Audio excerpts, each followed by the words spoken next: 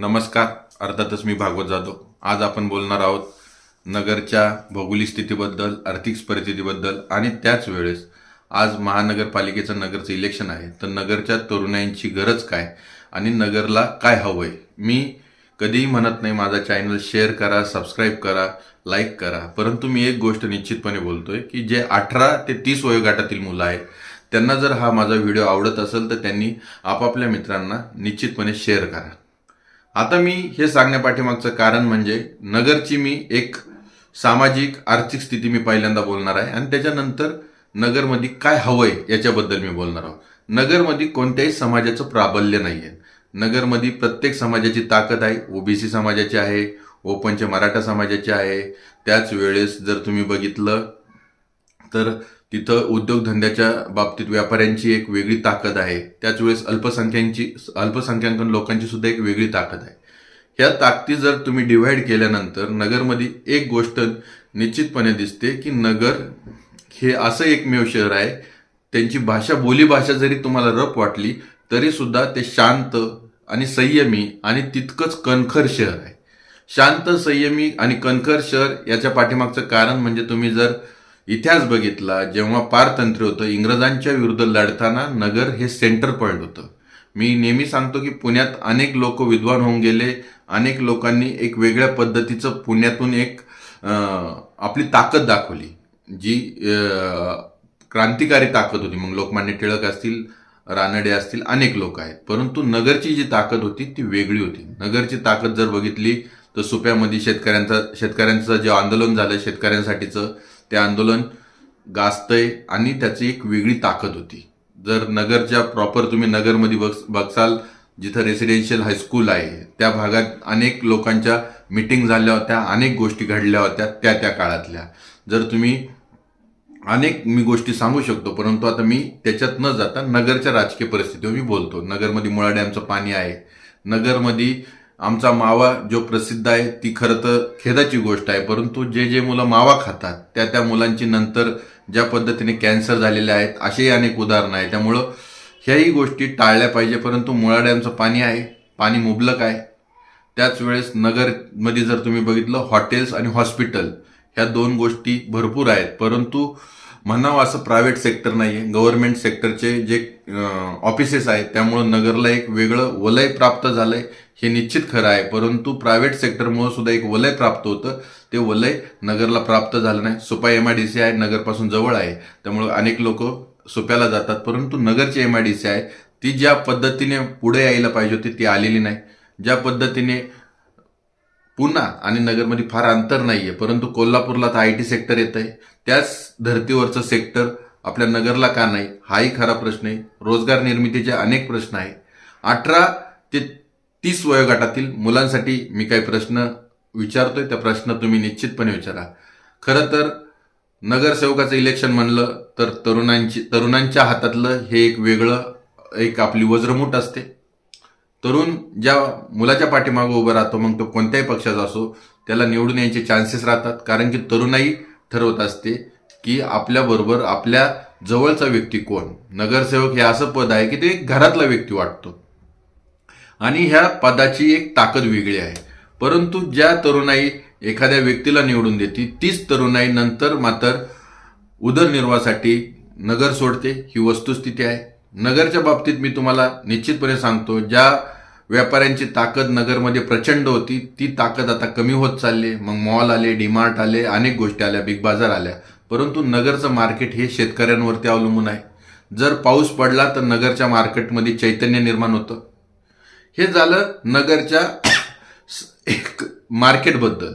जर तुम्ही उदरनिर्वाहासाठी, रोजगार निर्मितीसाठी जे मिडल क्लास फॅमिली आहे, जे मध्यमवर्गीय लोक आहे, ज्यांचे वडील गव्हर्नमेंट सर्वंट आहे, ते सगळे मुलं मॅक्झिमम पुण्या, मुंबई किंवा बेंगलोर अशा ठिकाणी पुन्हा उदरनिर्वाहाला जातात आणि वडिलांची आणि मुलाची पुन्हा एकदा ताटातूट होती. एक गोष्ट तुम्ही निश्चित ध्यानात घ्या की नगरची रोजगार निर्मिती क्षमता ही प्रचंड आहे. पाणी मुबलक आहे.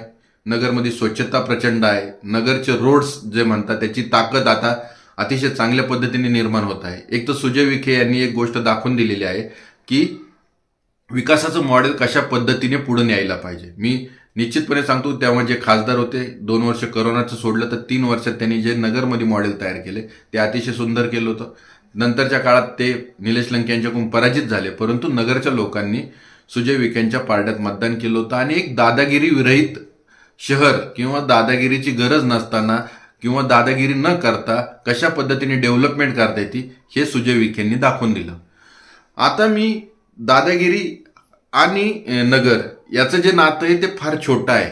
एक गोष्ट ध्यानात घ्या की प्रत्येक शहरामध्ये दादागिरी आहे, मग पुण्यात सुद्धा कोयता गँग आहेच की, परंतु नगरमधला पब्लिक हे दादागिरीला मानणारं किंवा दादागिरीबरोबर फार चालणारं नाहीये.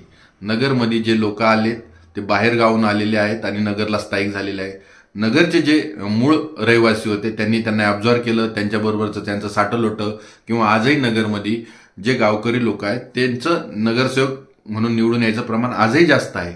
किंवा टिंबवुना मी असं म्हणाल की त्यांनी एक रॅपो तयार केलेला आहे की आपल्याला ज्या भागात राहायचं आहे त्या भागात जे लोक आले आहेत त्या लोकांशी आपलं मिळतं जुळतं घेणं आणि आपल्या जमिनींचे भाव वाढवणं आणि आपण एक रिअल इस्टेटमध्ये इस्टॅब्लिश होणं हा तिथल्या लोकल लोकांचा, मॅक्झिमम लोकांचा तो व्यवसाय आहे.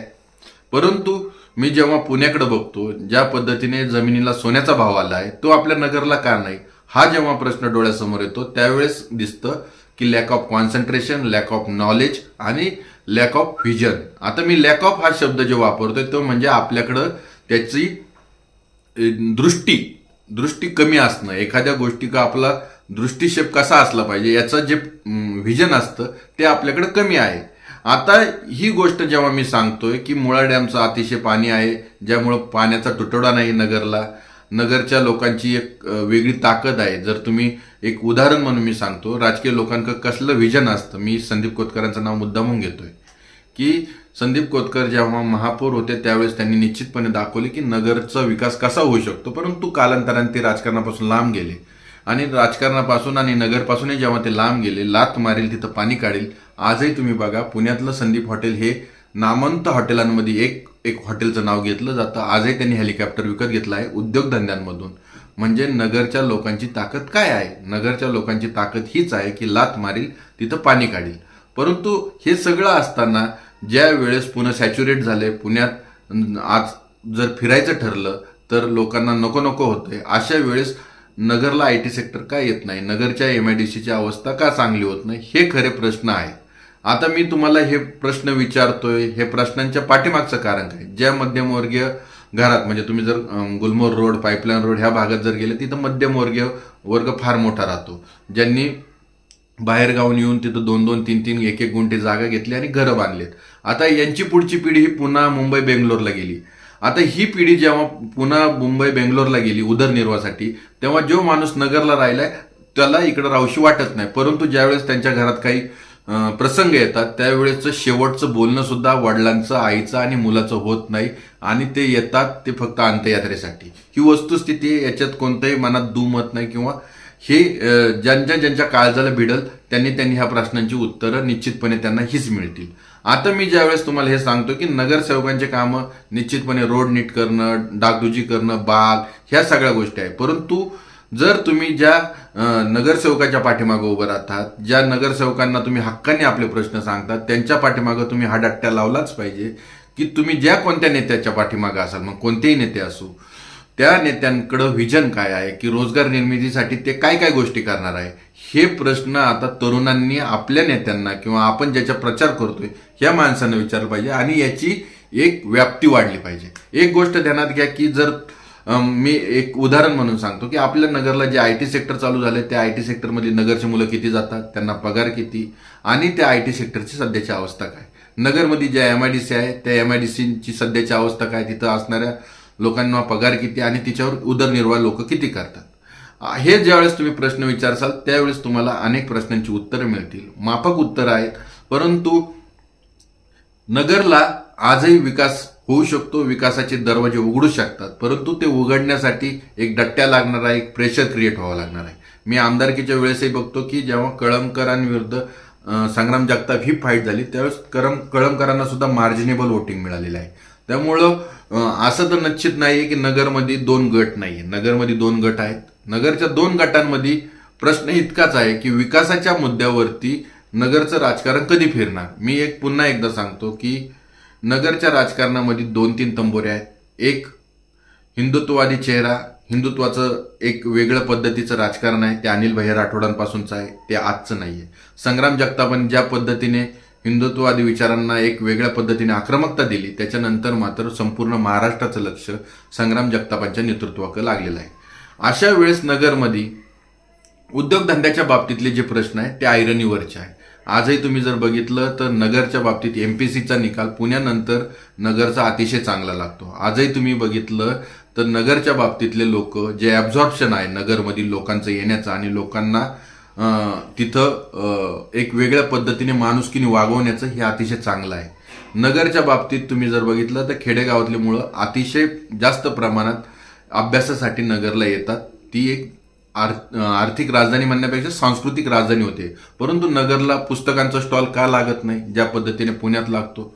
नगरला MIDC मोठी का भरत नाहीये? नगरला IT पार्क का येत नाहीये? नगरच्या गावकऱ्यांचे प्रश्न कोणते? नगरच्या गावकऱ्यांचे प्रश्न हेच आहे, त्यांच्याकडे ज्या जमिनी आहेत त्याचे भाव जास्तीत जास्त केव्हा वाढतील? जेव्हा IT सेक्टर येईल, जेव्हा प्रायव्हेट सेक्टर बलाढ्य होईल, तेव्हा त्यांच्या जमिनीचा भाव सोन्याचा होईल. आजही भरपूर आहे, परंतु त्याच्यात 10 पट वाढ होईल.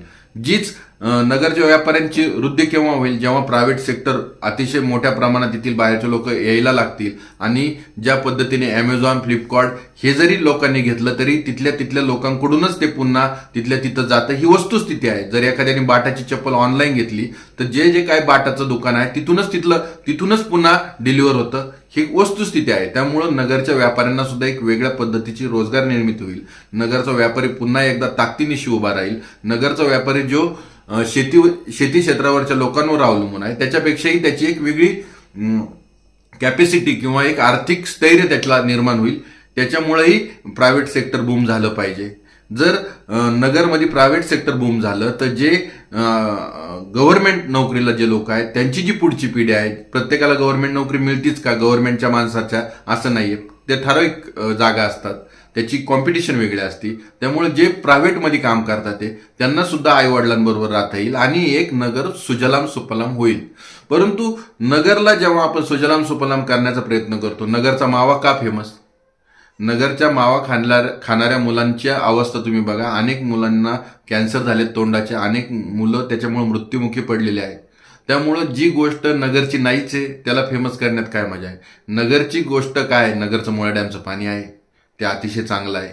नगरची माणुसकी, जरी भाषा रफ वाटली तरी माणुसकी अतिशय चांगली आहे. नगरच्या बाबतीत तुम्ही एक गोष्ट ध्यानात घ्या की नगरचे शाळा कॉलेजेस हे अतिशय वेगळ्या पद्धतीने पुढे आलेले आहे. त्याची ताकद वेगळी आहे. आज इंग्लिश मिडियमला शिकवण्याचा जो कल वाढला आहे आणि नगरची क्रयशक्ती जी कमी आहे त्यामुळं पालक लोक आपल्या पोटाला चिमटा घेऊन मुलं इंग्लिश मिडियमला टाकतात. आणि इथंच खरी नगरच्या शोकांतिका आहे मध्यमवर्गीय घराची. आता मध्यमवर्गीय घराची शोकांतिका मी सांगतोय, मी प्रत्येक गोष्ट तुम्हाला सांगतोय. याच्या पाठीमागचं कारण काय? एक आहे की नगरसेवक इलेक्शनचं जे पर्सेंटेज असतं वोटिंगचं हे प्रचंड असतं. अनेक लोक बाहेर गावाला गेलेले आहे. हे सगळे लोक आता वोटिंगसाठी येणार आहे. त्यांना ज्या लोकांना माहिती असतात की हे लोक बाहेर आहेत परंतु हे आपल्याला फेवर करतात, ते सगळे लोक त्यांना फोन करणार, ते सगळे लोक इलेक्शनला मतदानाला येणार. परंतु हा व्हिडिओ कोणासाठी? त्या लोकांसाठी की त्या लोकांनी सुद्धा हे प्रश्न विचारले पाहिजे. जे बाहेर गावून नगरला मतदानासाठी येणार आहे त्यांनी सुद्धा हे प्रश्न विचारले पाहिजे की दादा किंवा काका, भैया, अण्णा, दादा जे काही इलेक्शनला लोक असतील, तुम्ही नगरचे प्रायव्हेट सेक्टर कशा रीतीने वाढवणार आहात? नगरला पुन्हा आम्ही कशा पद्धतीने येऊ शकतो? हे प्रश्न खरे नगरचे आहेत. नगरच्या प्रश्नांवरती मी बोलताना मी अनेक गोष्टी बोलले. एक उद्योगधंद्याबद्दल बोललं असेल तर ज्या लोकांनी नगरची बाजारपेठ टिकवली आहे तेही लोक आज नाही म्हणलं तरी टेन्शनमध्ये असतात, चिंतेत असतात. जे लोक मध्यमवर्गीय आहेत त्यांचे मुलं बाळं बाहेर गेल्यामुळं तेही लोक नाही म्हणले तरी शेवटच्या जे वय आहे, आपण असं म्हणतो की नातू आणि आजोबा, म्हणजे नातवाचा पहिला मित्र आजोबा असतो आणि आजोबाचा शेवटचा मित्र नातू असतो, यांची ताटातूट सुद्धा झालेली आहे. ही मध्यमवर्गीय लोकांची शोकांतिका आहे. तिथल्या गावकऱ्यांची शोकांतिका आहे की ज्या पद्धतीने पुण्या मुंबईला जो भाव भेटतो तो भाव त्यांच्या जमिनीला नाही. बिल्डर लोकांची शोकांतिका आहे की ज्या बिल्डर लोकांनी नगरमध्येच काम करून आपली ताकद निर्माण करण्याचा प्रयत्न केला त्यांना थोडे लिमिटेशन आहेत. जर CA ज्या परीक्षा ज्या काय महाराष्ट्रातल्या परीक्षा अवघड आहेत त्यात सीए परीक्षा सुद्धा आहे. त्या सीए मुलं नगरमध्ये फार मोठ्या प्रमाणात होत आहेत, परंतु त्यांना तिथं रोजगार निर्मिती नसल्यामुळं ते पुण्या मुंबई इकडे डायव्हर्ट होऊन आपली वेगवेगळ्या पद्धतीचे कामं ते लोक करत आहेत. म्हणजे एकंदरीतच नगरच्या बाबतीत बोलायचं ठरलं तर नगरची प्रायव्हेट सेक्टर ज्या पद्धतीने ग्रोथ व्हायला पाहिजे ते होत नाहीये. ते करण्यासाठी काय आहे, नगरच्या बाबतीतले अनेक प्रश्न आहे. मी नगरच्या बाबतीतले प्रश्न घेताना एक मी निश्चितपणे सांगतो की विकासाचाच मुद्दा महत्वाचा, बाकीचे मुद्दे गौण. ह्या प्लॅटफॉर्मवरतीच मतदान झालं पाहिजे आणि नगरच्या लोकांनी याचा विचार केला पाहिजे. जर मी जे बोलतोय ते तुम्हाला व्यवस्थित वाटत असेल तर तुम्ही नगरची जनता, जागरूक जनता म्हणून प्रत्येकाने शेअर करा. मी कधी म्हणत नाही माझा चॅनल सबस्क्राईब करा, तो माझा स्वभाव नाही, परंतु शेअर करा. आणि शेअर केल्यानंतर एक प्रकारे अजून 15, 16, 17 दिवस आहेत, त्याच्यानंतर जनजागृती जो मोहीम म्हणतो त्या पद्धतीचा हा व्हिडिओ आहे, हे बोलणं आहे तुर्तास. धन्यवाद.